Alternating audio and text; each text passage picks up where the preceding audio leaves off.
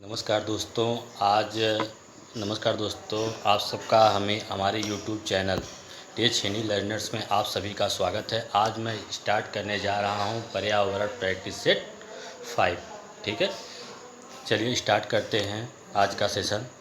यहाँ पे आप सामने क्वेश्चन नंबर ये दिखाई दे रहा है। इसमें क्या पूछ रहा है आपसे, ध्यान दीजिएगा कि क्वेश्चन नंबर क्या कर रहा है कि इनमें से कौन सा वैश्विक तापन के लिए जिम्मेदार है। ठीक है, कौन सा जिम्मेदार है? क्लोरोफ्लोरोकार्बन जिम्मेदार है, मीथेन जिम्मेदार है कि कार्बन डाइऑक्साइड, या सभी जिम्मेदार हैं। ठीक है, पृथ्वी पर क्या होता है कि पृथ्वी पर इसका जो राइट आंसर होगा वो क्या होगा? आपका पॉइंट नंबर 4 इसका जो होगा वो राइट आंसर होगा।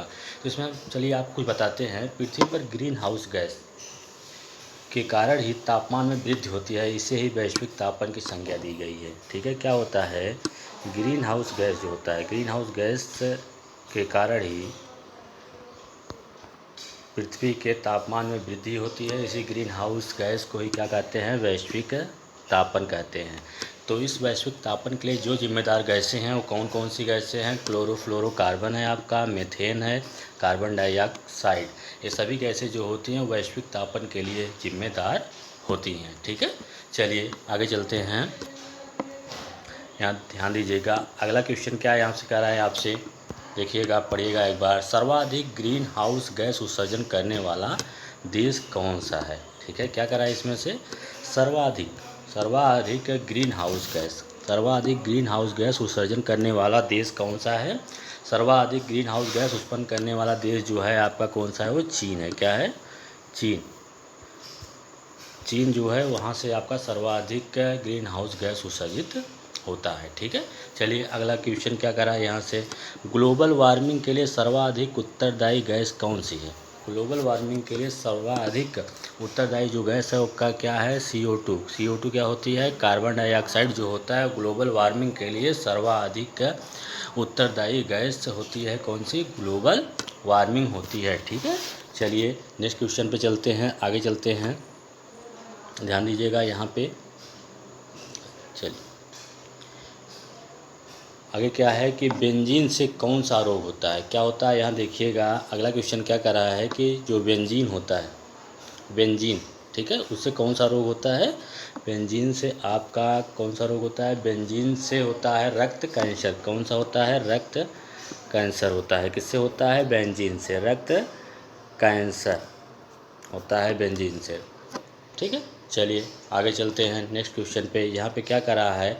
मोटर वाहनों के धुएं से निकलने वाली सर्वाधिक विषाक्त प्रदूषक कौन सा है? ठीक है, क्या पढ़िए फिर से। मोटर वाहनों के धुएं से निकलने वाली सर्वाधिक विषाक्त प्रदूषक कौन सा है? आपका लेड होता है। लेड क्या होता है? लेड होता है।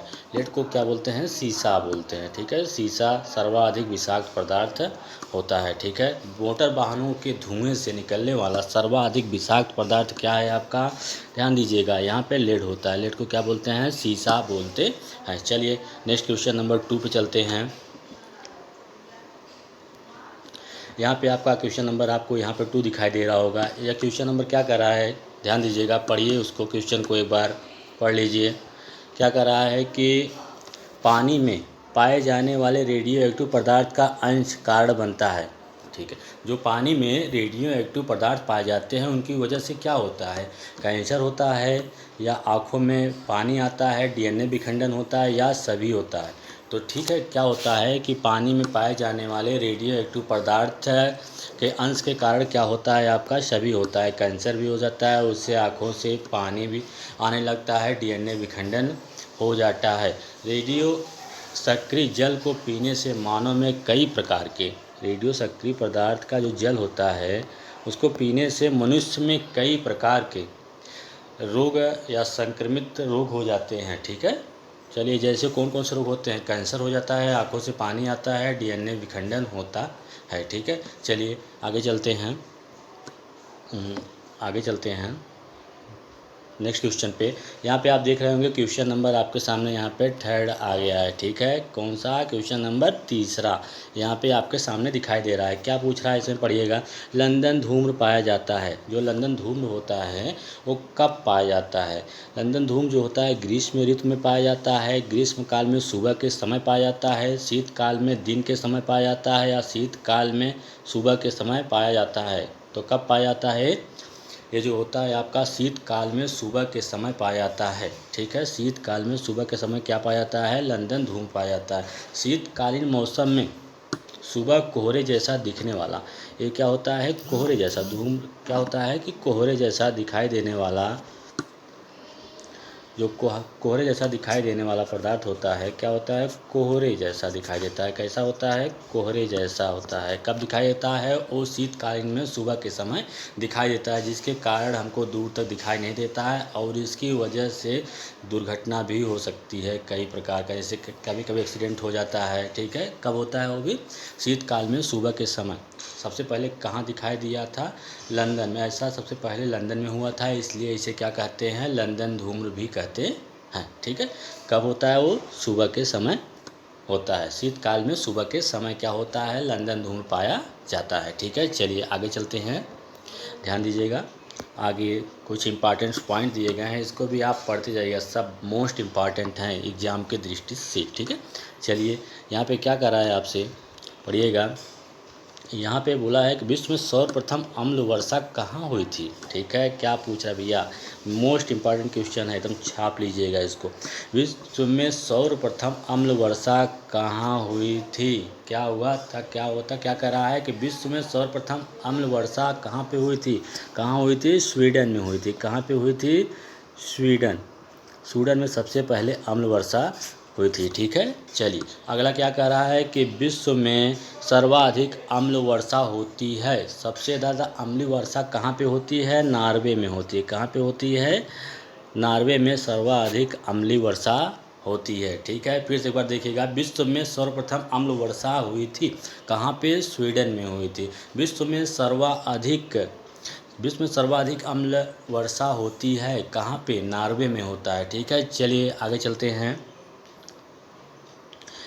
नेक्स्ट पे चलते हैं। यहाँ पे अम्ल वर्षा का कारण देखिए, आपके सामने यहाँ पे दे रहा होगा कि अम्ल वर्षा का कारण क्या होता है। ठीक है, अम्ल वर्षा का कारण क्या होता है, अम्ल वर्षा का कारण होता है सल्फर डाइऑक्साइड और नाइट्रोजन ऑक्साइड। क्या होता है, sulphur dioxide plus nitrogen oxide क्या होते हैं, ये अम्लीय वर्षा के कारण होते हैं। ठीक है, क्या होता है अम्लीय वर्षा का कारण, अम्लीय वर्षा का कारण होता है सल्फर डाइऑक्साइड और नाइट्रोजन ऑक्साइड होता है। ठीक है, चलिए नेक्स्ट क्वेश्चन नंबर 4 पे चलते हैं। यहाँ पे आप सामने क्वेश्चन नंबर 4 दिखाई दे रहा होगा, इसको एक बार पढ़िएगा आप। क्वेश्चन में क्या दे रखा है, क्वेश्चन में क्या पूछ रहा है आपसे, मिनी माता रोग प्रदूषण जनित होता है, जो परिणाम होता है किसके कारण, मिनी माता रोग होता है, मीना माता रोग बोलते हैं इसको। मीना माता रोग जो होता है प्रदूषण जनित होता है, जो किसका परिणाम होता है, मतलब किसके कारण से होता है। समुद्र में बिखरे हुए तेल के कारण होता है, वायुमंडल में आर्सेनिक जमा होने के कारण होता है, या औद्योगिक पारा अपशिष्ट को पानी में छोड़ने से, मनुष्य के कार्बनिक अपशिष्ट को पानी में छोड़ने से होता है। ठीक है, तो किसके कारण मिनी माता रोग होता है, शरीर में। देखिए मिनी माता क्या होता है, मिनी माता रोग क्या होता है, पढ़िएगा। शरीर में पारे की अधिकता के कारण होता है। यह पारा औद्योगिक इकाइयों के रूप में पानी में मिल जाता है, इससे दूषित जल को पीने से मनुष्य को मिनी माता रोग होता है। तो कैसे होता है, औद्योगिक पारा अपशिष्ट को पानी में, जब औद्योगिक जो इकाइयाँ होती हैं, जो औद्योगिक धंधे लगे हुए हैं, जो उससे पानी छोड़ा जाता है, उसके साथ जो अपशिष्ट होते हैं वो जाके पानी में मिल जाते हैं। तो अगर उस पानी का कोई यूज़ करता है तो उसे क्या हो जाता है, मिनी माता रोग होता है। इस बीमारी, यह बीमारी सबसे पहले जो आपका मिनी माता रोग है, यह बीमारी सबसे पहले कहाँ पे देखी गई थी, सबसे पहले आपका जापान में देखी गई थी। ठीक है, चलिए फिर से एक बार देख लीजिएगा क्या कह रहा है इसमें। मीना माता रोग प्रदूषण जनित होता है, जो परिणाम होता है, इसका परिणाम होता है औद्योगिक पारा अपशिष्ट को पानी में छोड़ने के कारण होता है। ठीक है, चलिए आगे चलते हैं। आगे यहाँ पे देखिएगा क्या आपसे पूछ रहा है, दमा घोटू क्या होता है, दमा घोटू गैस किस गैस को कहते हैं। ठीक है, फिर से ध्यान से इसको देखिएगा आप, मोस्ट इम्पॉर्टेंट पॉइंट्स हैं, ठीक है। क्या करा है, दमा घोटू गैस किस गैस को कहते हैं? चलिए, किस गैस को कहते हैं? कार्बन मोनोऑक्साइड जो होता है आपका CO इसको बोलते हैं। कार्बन मोनोऑक्साइड के कारण कौन सा रोग होता है? दमा घोटू रोग होता है। हीमोग्लोबिन में ऑक्सीजन वहन क्षमता को भी कम कर देता है। कौन? ये आपका कार्बन मोनोऑक्साइड जो होता है क्या करता है? हीमोग्लोबिन में ऑक्सीजन वहन क्षमता को भी क्या कर देता है? कम कर देता है, ठीक है। चलिए आगे चलते हैं। नेक्स्ट क्वेश्चन क्या करा है आपका, यहाँ पे पढ़िएगा। ओजोन परत की मोटाई मापने की इकाई को क्या कहते हैं? ओजोन परत मापने की जो इकाई होती है इसको क्या कहते हैं? डाप्सन इकाई कहते हैं। डाप्सन यूनिट क्या कहते हैं? डाप्सन यूनिट बोलते हैं, ठीक है। क्या बोलते हैं? डाप्सन यूनिट बोला जाता है, ठीक है। चलिए आगे चलते हैं नेक्स्ट क्वेश्चन पे। यहाँ पे आपसे क्या पूछ रहा है, देखिए पढ़िएगा इस पॉइंट्स को। कह रहा है ओजोन परत का सर्वाधिक नुकसान हुआ है। मतलब ओजोन परत जो होता है सबसे ज़्यादा डैमेज या सबसे ज़्यादा नुकसान कहाँ पे हुआ है ओजोन परत का? तो इसको देख लीजिएगा। ओजोन परत का सर्वाधिक नुकसान हुआ है कहाँ पे? दक्षिणी ध्रुव जो होता है, दक्षिणी ध्रुव पे ओजोन परत का सर्वाधिक नुकसान होता है, ठीक है। किस पे? दक्षिणी ध्रुव पे, ठीक है। नोट कर लीजिएगा, ओजोन परत का सर्वाधिक नुकसान हुआ है किस पे? दक्षिणी ध्रुव पे। चलिए नेक्स्ट क्वेश्चन पे चलते हैं। क्वेश्चन नंबर 5 पे चलते हैं, ठीक है। तो यहाँ पे आपका क्वेश्चन नंबर 5 दिखाई दे रहा है। क्वेश्चन नंबर 5 आपसे क्या पूछ रहा है, यहाँ पे ध्यान से पढ़िएगा, बहुत ही इंपॉर्टेंट क्वेश्चन है, ठीक है। एक बार पढ़ लीजिएगा, इसको ध्यान से देखिएगा। क्या करा है कि विटामिन ए की कमी से होने वाला रोग, विटामिन ए की कमी से कौन सा रोग होता है? रतौंधी होता है, रिकेट्स होता है, क्वाशिक्योर होता है या कोई नहीं होता है, ठीक है। तो इसमें जो आपका राइट आंसर होगा वो क्या होगा? रतौंधी होगा। अरे एकदम पागल हो गया हूँ। चलिए दोस्तों, एक बार क्वेश्चन नंबर 5 जो है इसको फिर से देख लीजिएगा। क्या कर रहा है आपसे क्वेश्चन नंबर 5 में? कह रहा है कि विटामिन ए की कमी से होने वाला रोग, विटामिन ए की कमी से कौन सा रोग होता है? रतौंधी होता है, रिकेट्स होता है या क्वेश्चर होता है या इसमें से कोई नहीं होता है, ठीक है। तो इसमें से जो आपका राइट आंसर होगा वो रतौंधी रोग होता है, जो विटामिन ए की कमी से होता है। विटामिन ए की कमी से क्या हो जाता है? आँखों में गड़बड़ी आ जाती है और इसमें जो होता है क्या होता है, आपको रात में बहुत कम दिखाई देता है, ठीक है। इसमें क्या होते हैं, अगर आप विटामिन ए की कमी है अगर आप में, तो आपके लिए क्या खाना अति आवश्यक होता है कि आपका स्रोत कहाँ से है, कि आप कहाँ से उस अपने विटामिन जो कमी है उसको पूरा कर सकते हैं। तो उसके लिए आपको क्या खाना है? गाजर खा सकते हैं, गाजर फ़ायदेमंद होता है, गाजर खाइए। पपीता भी खा सकते हैं या आम खाइए, ठीक है। ये सभी जो हैं आपके जो विटामिन ए की कमी है उसको पूरा कर सकते हैं। क्या? गाजर, पपीता, आम, इसके अलावा ढेर सारी चीज़ें हैं उसको भी आप खा सकते हैं, ठीक है। चलिए आगे चलते हैं। तो इसका जो आपका राइट आंसर होगा वो क्या होगा? आपका रतौंधी होगा, ठीक है। रतौंधी बोलते हैं, ठीक है। चलिए आगे चलिए। आगे यहाँ पे आपसे क्या कर रहा है? ऊर्जा का मुख्य स्रोत। चलिए यहाँ पे कुछ इंपॉर्टेंट क्वेश्चंस और भी दिए गए हैं, इसको भी ध्यान दीजिएगा। क्या कह रहा है कि ऊर्जा का मुख्य स्रोत क्या है, या ऊर्जा जो होती है उसका मुख्य स्रोत क्या है? आपका कार्बोहाइड्रेट्स होता है। क्या होता है?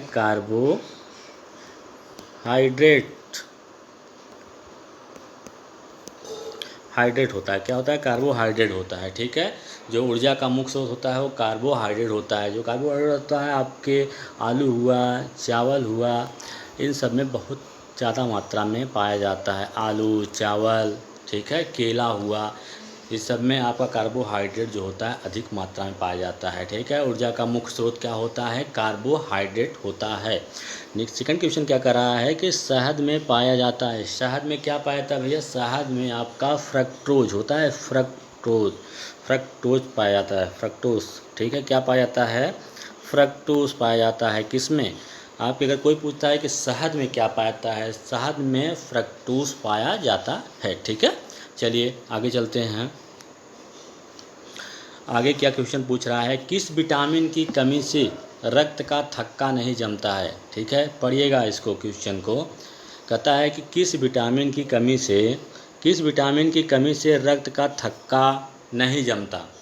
जो आपका विटामिन के है, विटामिन के की कमी से रक्त का थक्का नहीं जमता है। ठीक है, अगर आपको कहीं पे चोट लग जाती है तो घाव जल्दी ठीक नहीं होता है, या जो ब्लड का बहना है वो बंद नहीं होता है, किसी कमी से? विटामिन के की कमी से। ठीक है, चलिए आगे क्या कर रहा है यहाँ पे पढ़िएगा। क्वाशकोर रोग किसकी कमी से होता है? क्वाशकोर रोग जो होता है किसकी कमी से होता है? क्वाशकोर रोग जो होता है किसी कमी से होता है? प्रोटीन की कमी से क्वाशकोर रोग होता है। किसी कमी से? प्रोटीन की कमी से। इस रोग के कारण संतुलित विकास नहीं हो पाता। मतलब जो बच्चा होता है, छोटा बच्चा, उसका विकास सही तरीके से नहीं हो पाता है। किसके कारण? प्रोटीन की कमी से। उसकी कमी से, अब फिर इसकी कमी से क्या रोग हो जाता है? क्वाशकोर नामक रोग हो जाता है, जो छोटे बच्चों में पाया जाता है। ठीक है, चलते हैं आगे। चलिए नेक्स्ट क्वेश्चन पे क्या करा है, ध्यान दीजिएगा यहाँ पे थोड़ा सा। नेक्स्ट क्वेश्चन, चावल को पॉलिश करने से कौन सा विटामिन नष्ट हो जाता है? क्या करा है भैया? पढ़िएगा ध्यान से क्वेश्चन को एक बार फिर से। चावल को पॉलिश करने से कौन सा विटामिन नष्ट हो जाता है? कौन सा विटामिन नष्ट होता है? आगे चलिए आपको बताते हैं ऑप्शन में देख के कौन कौन सा ऑप्शन दिया है इसके लिए। स्कार्बिक अम्ल, क्या है आपका? स्कार्बिक अम्ल दिया गया है, पहला ऑप्शन। दूसरा है कैल्सीफेरोल है, तीसरा ऑप्शन है थायरॉक्सिन है, थायमीन नहीं, जबकि थायमीन होता है। क्या होता है? थायमीन होता है। ठीक है, सॉरी फॉर मिस्टेक। ठीक है, गलत है आपका, थायमीन। तो यहाँ पे क्या होता है? चावल को पॉलिश करने से कौन सा विटामिन, क्या होता है? कौन सा विटामिन नष्ट हो जाता है? चावल को पॉलिश करने से थायमीन, जिसको क्या कहते हैं? विटामिन B1 भी बोलते हैं। क्या बोलते हैं? विटामिन B1 क्या हो जाता है? नष्ट हो जाता है। ठीक है, विटामिन B1 का ही रासायनिक नाम क्या है आपका? थायमीन होता है। जबकि जो चावल को पॉलिश करने से आपका विटामिन नष्ट हो जाता है। ठीक है, चलिए आगे चलते हैं नेक्स्ट क्वेश्चन पे।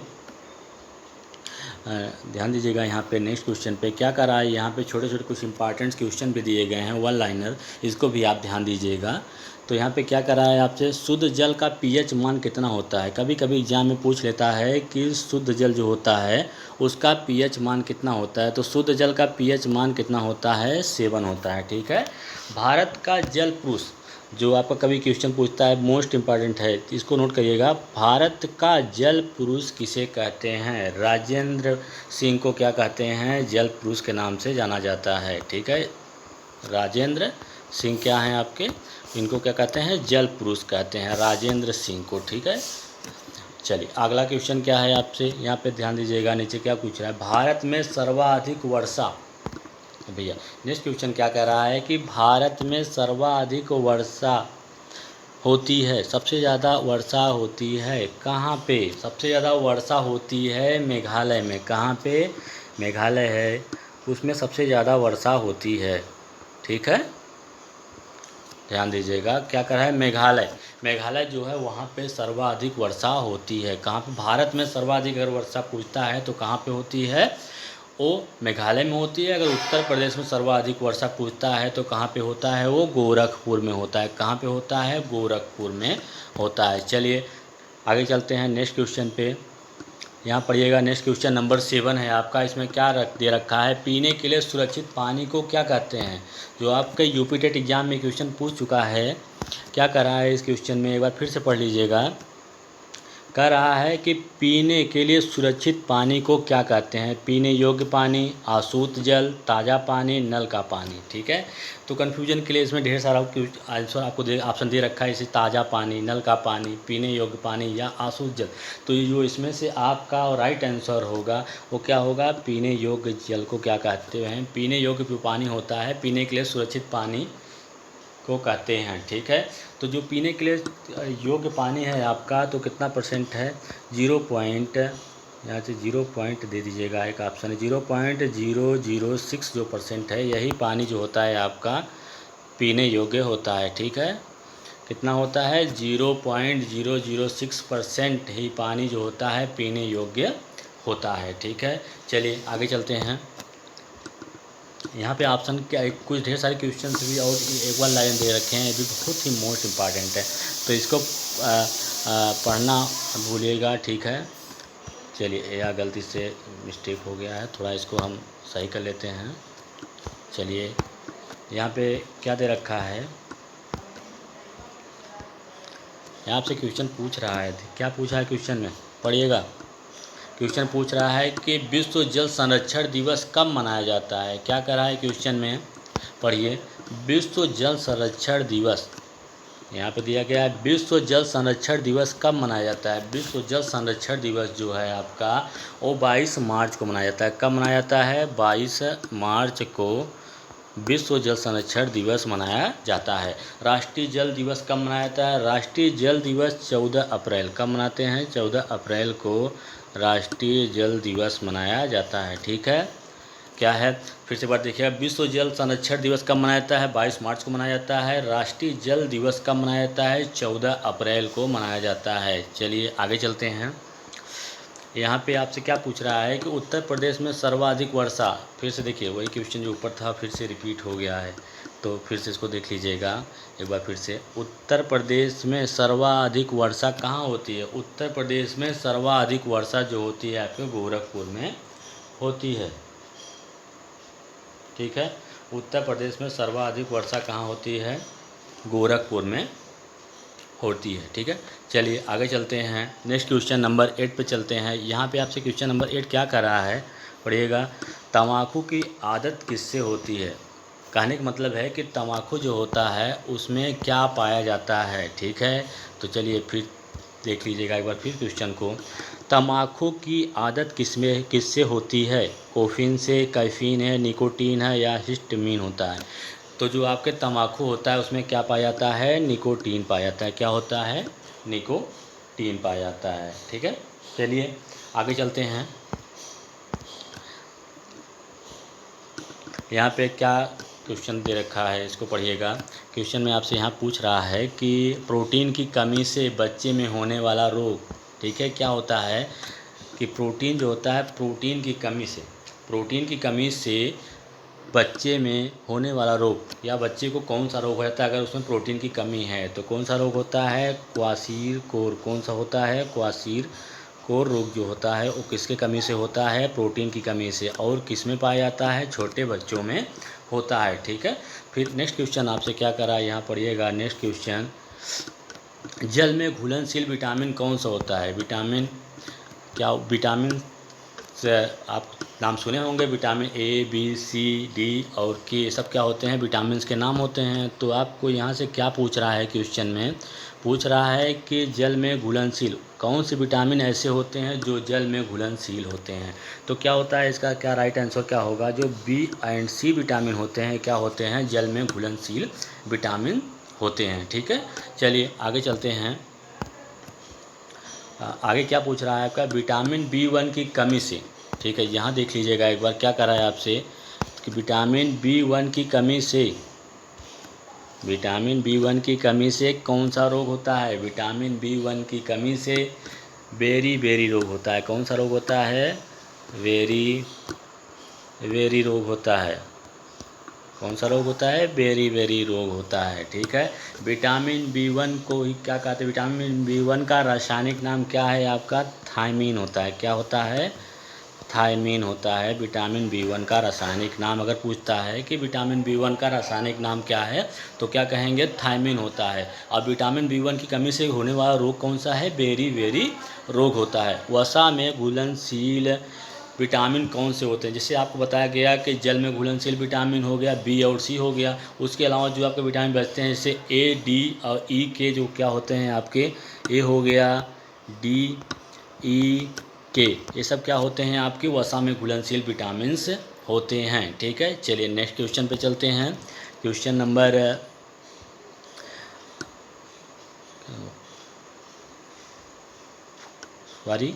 मिस्टेक हो गया थोड़ा सा, ध्यान दीजिएगा। फिर नेक्स्ट क्वेश्चन आपसे क्या पूछ रहा है यहाँ पे, नेक्स्ट क्वेश्चन 9 है आपका। नेक्स्ट क्वेश्चन 9 में क्या दे रखा है, यहाँ ध्यान से पढ़िएगा। निम्नलिखित में से कौन सा कीट जो होता है, कीट जो से कीड़े होते हैं, कीड़े मकोड़े होते हैं, निम्नलिखित में से कौन सा कीट जो होता है वो आपका कीट मधुमक्खियों की तरह कॉलोनियों में एक साथ नहीं रहता है।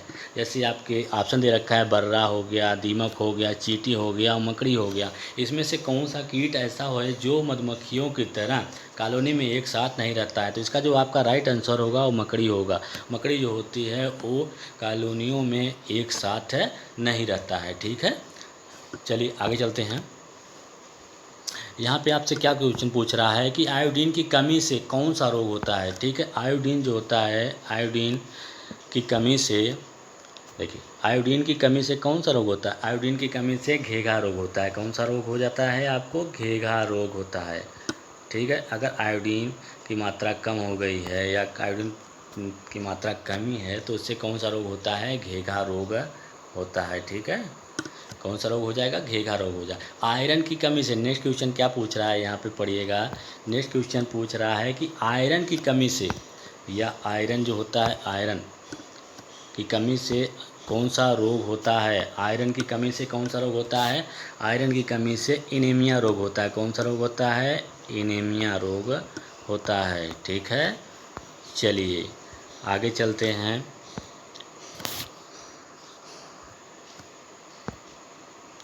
आयोडीन की कमी से कौन सा रोग होता है? आयोडीन की कमी से अभी मैंने आपको बताया है कि आयोडीन की कमी से घेघा रोग होता है। और आयरन की कमी से कौन सा रोग होता है? आयरन की कमी से एनीमिया रोग होता है। कौन सा रोग होता है? एनीमिया रोग आयरन की कमी से होता है। ठीक है, अगला क्वेश्चन क्या है? स्वच्छ भारत अभियान की शुरुआत कब की गई थी? स्वच्छ भारत जो अभियान है उसकी शुरुआत किस सन में हुई थी? क्या हुआ था? स्वच्छ भारत जो मिशन है उसका शुरुआत कब हुआ था? स्वच्छ भारत का शुरुआत, ध्यान दीजिएगा, इसमें से क्वेश्चन पूछ रहा है स्वच्छ भारत अभियान की शुरुआत हुई थी 20 अक्टूबर 2014 को। कब हुआ था? 20 अक्टूबर 2014 को स्वच्छ भारत अभियान का शुरुआत किया गया था। डेंगू रोग वाहक क्या होते हैं? जो डेंगू बीमारी के नाम सुने होंगे, तो ये जो डेंगू बीमारी जो होता है इसका रोग वाहक कौन होता है, अर्थात कौन इसको एक स्थान से दूसरे स्थान पे ले जाता है? एडीज मच्छर जो होते हैं, एडीज मच्छर, कौन से मच्छर होते हैं? एडीज मच्छर जो होते हैं वो क्या होते हैं? आपके डेंगू वाहक होते हैं। ठीक है, एडीज मच्छर जो होता है वो डेंगू वाहक होता है। स्वच्छ भारत अभियान की शुरुआत कब की गई थी? 20 अक्टूबर 2014 को हुआ था। डेंगू रोग वाहक क्या है? एडीज मच्छर होता है। चलिए आगे चलते हैं थोड़ा सा नेक्स्ट क्वेश्चन पे। नेक्स्ट क्वेश्चन क्या कर रहा है? क्वेश्चन नंबर 10 है। ठीक है, अंतिम क्वेश्चन है आपका। इसमें क्या देखिएगा, पढ़िएगा। हमारे शरीर के किस अंग द्वारा, क्या पूछ रहा है क्वेश्चन में कि हमारे शरीर के किस अंग द्वारा अमोनिया को यूरिया में बदला जाता है? यकृत, अमाशय या वृक्क? इसमें से कौन सा आपका जो राइट आंसर होगा? हमारे शरीर के किस अंग के द्वारा अमोनिया को यूरिया में बदला जाता है? तो जो आपका इसका राइट आंसर होगा यकृत होगा। यकृत का काम क्या होता है? वो यकृत मानव शरीर की सबसे बड़ी ग्रंथि होती है। सबसे बड़ी ग्रंथि कौन सी होती है? अगर आपसे क्वेश्चन पूछ लेता है सबसे बड़ी ग्रंथि कौन सी होती है? सबसे बड़ी ग्रंथि होती है यकृत होती है। इसी यकृत का ही काम होता है जो अमोनिया को यूरिया में बदलता है। ठीक है, जिससे यूरिया मूत्र के साथ शरीर से बाहर निकल जाती है। ठीक है, चलिए आगे चलते हैं नेक्स्ट क्वेश्चन पे। ध्यान दीजिएगा, इसमें से आपसे क्या पूछा है? चूहे जो होते हैं, चूहे, उनके द्वारा कौन सा रोग होता है? चूहों के द्वारा कौन सा रोग होता है? चूहों के द्वारा प्लेग रोग होता है। नाम तो सुने होंगे आप सब। प्लेग रोग जो होता है वो किससे होता है? चूहों के द्वारा होता है। प्लेग वायरस को क्या कहते हैं? पिस्सू कहते हैं। जो वायरस होता है जिसके कारण आपका प्लेग रोग होता है उसको क्या कहते हैं? पिस्सू वायरस जो होता है इसके कारण ही क्या होता है? प्लेग रोग होता है। इससे फेफड़े तथा लाल रक्त कणिकाओं को प्रभावित करते हैं। क्या होते हैं? जब प्लेग रोग हो जाता है तो इससे जो आपके फेफड़े होते हैं और जो लाल रक्त कणिकाएँ होती हैं वो ज़्यादा प्रभावित होती हैं। ठीक है, नेक्स्ट क्वेश्चन आपसे यहाँ पे क्या कर रहा है कि चेचक की खोज किसने की थी? चेचक जो था उसका खोज किसने किया था? एडवर्ड जेनर ने किया था। किसने किया था? एडवर्ड जेनर ने क्या किया था? चेचक का खोज किया था एडवर्ड जेनर ने, और किस सन में किया था, थोड़ा उसको भी ध्यान दीजिएगा, 1798 में। ठीक है, चेचक की खोज किसने किया था, एडवर्ड जेनर ने किया था, और कब किया था, 1798 में किया था। ठीक है, चलिए आगे चलते हैं नेक्स्ट पे। यहाँ पढ़िएगा, धूम्रपान से होने वाला प्रमुख रोग। ओ भैया, धूम्रपान जो करते हैं लोग उससे कौन सा बीमारी होता है, ध्यान दीजिएगा, धूम्रपान से होने वाला प्रमुख रोग कौन सा है, कैंसर हो जाता है। क्या होता है भैया, कैंसर हो जाता है। धूम्रपान अगर कोई ज़्यादा करता है या करता है तो उससे क्या हो जाता है, कैंसर हो जाता है। ठीक है, जिससे क्या होते हैं, मुख्यतः फेफड़े तथा आपको कैंसर हो जाता है, किससे, ज़्यादा धूम्रपान करने से। चोट या घाव जल्दी भरते नहीं हैं, जिसके कारण से, जैसे धूम्रपान से होने वाला प्रमुख रोग कौन सा है, कैंसर हो जाता है। कैंसर से क्या हो जाता है, चोट या घाव जल्दी भरते नहीं हैं, बल्कि क्या होते हैं, वो बढ़ते ही जाते हैं। ठीक है, चलिए थैंक यू, धन्यवाद। आज का मेरा सेशन कैसा लगा, अगर आपको अच्छा लगा हो तो लाइक एंड सब्सक्राइब करना ना भूलें। Okay, thank you.